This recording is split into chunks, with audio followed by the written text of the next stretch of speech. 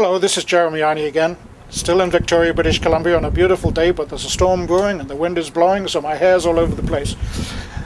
I'm going to talk today about this business of aeroplanes. I've done a little bit of examination and I discovered that the Liberal Party, sure enough, became part of a consortium to develop the F-35, along with a whole bunch of other countries I'm not going to reel off, because if you want to know, you can go and find out. It's easy enough. Yes, they contributed in a total of $110 million to this project, with the idea that this might be the plane that they need to replace the F-18s. Well, it turns out, if you believe or you read, that it is not the plane to replace the F-15s. First off, it's a single-engine plane. One of the major areas in which it will be asked to defend our country is up in the north. Well, if I was a pilot and I only had one engine behind me, I'd be extremely reluctant to head at vast speed out over a huge frozen wasteland, because if anything goes wrong, I'm in trouble. So do we really want to send our young men and women out there with a single-engine plane? No, I don't think so. Secondly, it's not even the best plane that the Americans have. They have something called the F-22A Raptor. I don't think they want us to have it because it's vastly superior to the F-35, and one thing that I'm sure they want is to be able to be superior in the air to us.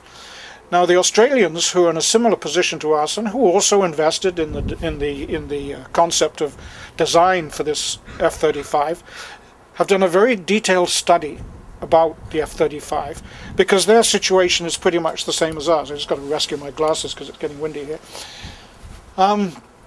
And they've come to the conclusion that, just like us, it is totally useless for them, because by the time it gets into the air, it will be a third or fourth rate piece of equipment, and will only be of any use to us at all to go to countries where, in fact, the opposition are not the new fighter planes from, for instance, Russia or China.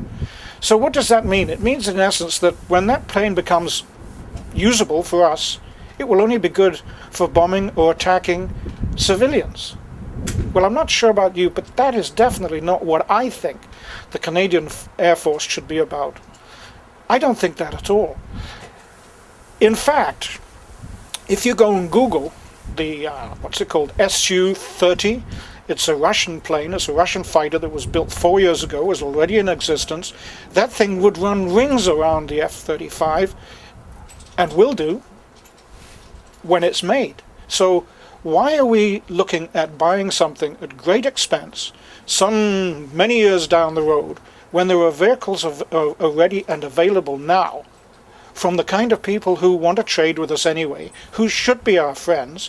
And then the other aspect of it too is this: if you were let's say for the sake of argument only, if you were a Russian jet fighter coming to attack, for instance, the US over Canada, and you knew that you would be approached by one of your own fighters coming right at you, as opposed to an inferior plane, would you be willing to come quite so happily?